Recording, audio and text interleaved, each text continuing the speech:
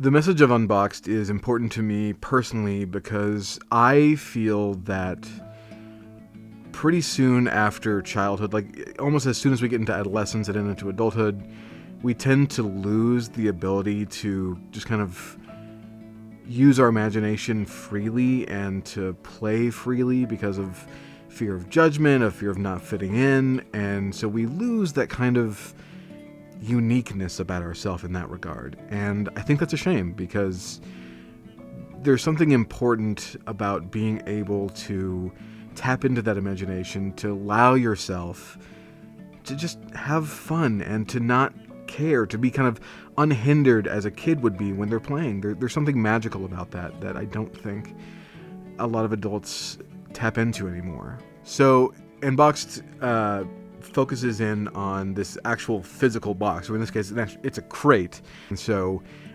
we went to, I believe it was Menards, and picked out a bunch of wood, and we had like 2 hours, I think, to assemble the actual thing. And so we went to Gus's garage and put it together and came back, and then a few days later we stained it. And while that was definitely a step in the next direction, we wanted it to also kind of be weathered, like it had been beaten up, like other people had experienced this thing, and so it just kind of travels on its own, and so it needed to get kind of grind up. You know, we needed to make it look a little bit older than that, so I used some interesting methods to make it look a little bit older. Coffee grounds, like I would mix up coffee grounds and water and like pour it all over the place, or paint it on. Some dirt, some mud, may or may not have used some chocolate to help with that. But I think in the end, it turned out looking pretty cool. Even put on like some water splatters on it to make it look like it'd been out in the rain. But yeah, I think it looks very, very cool, especially on screen. So the way that we created the water effect on Michael's face was, we were trying to come up with a way for, okay, how do we visually show like the pull of this box, like the interesting characteristics of this box that can pull you back into imagination. And we had talked about maybe doing some audio of like some waves, but we wanted to take it another level by having, a visual component of that as well. So I was basically sitting under his desk with a tub of water with a flashlight under it and just kind of shaking it back and forth and trying to get a good looking reflection. So that was really fun. And I think it turned out pretty good. I would say the hardest part of making Unboxed for me was the visual effects. It was the majority of what I worked on. I was definitely on set and helping out with the box. But yes, the visual effects were the most time-consuming and difficult thing that I had to do on the short film. There were about 16 or so visual effect shots in Unboxed. It took, I would say, about 2 weeks or so to finish. Possibly 30 to 40 hours around that mark. It was a lot of hours. I think sometimes we become so engrossed in our lives and in just our work that we kind of zone out. And if we're just going through the motions, that is kind of where time passes us by. We forget to live in the moment, and we're often either looking ahead or looking behind, or just not looking at all.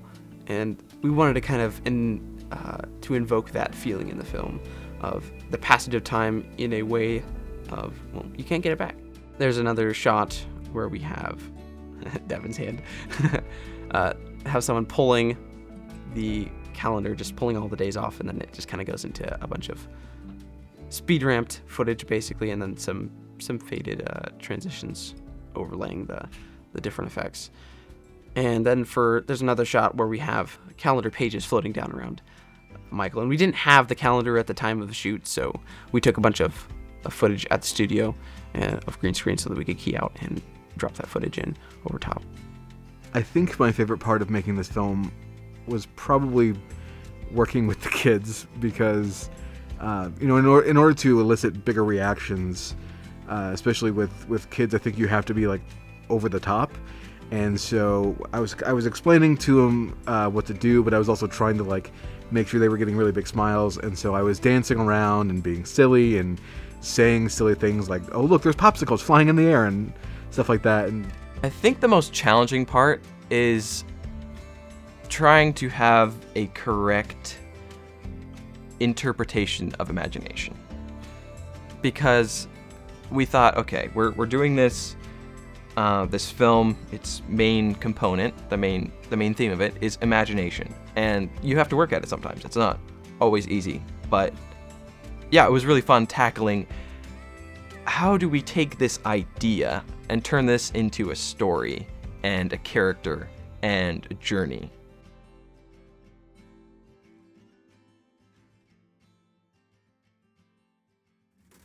Just the average day on the film set.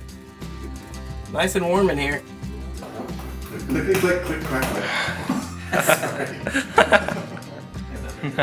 I was about to. What do we do?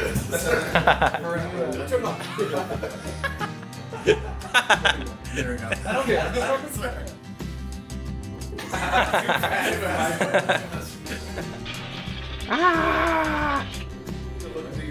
Welcome to the office. Now you gotta do it again. And smile. Faster, David, faster. No, I'm sorry. I'm sorry. Birds in the sky, you see clouds, and flying popsicles this time. Yep, flying popsicles, that's right. Oh, it's a Mama T-Rex, and she's in a dress and a funky hat.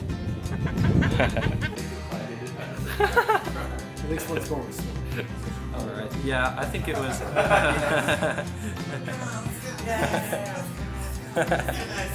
I think. You're doing such good acting too.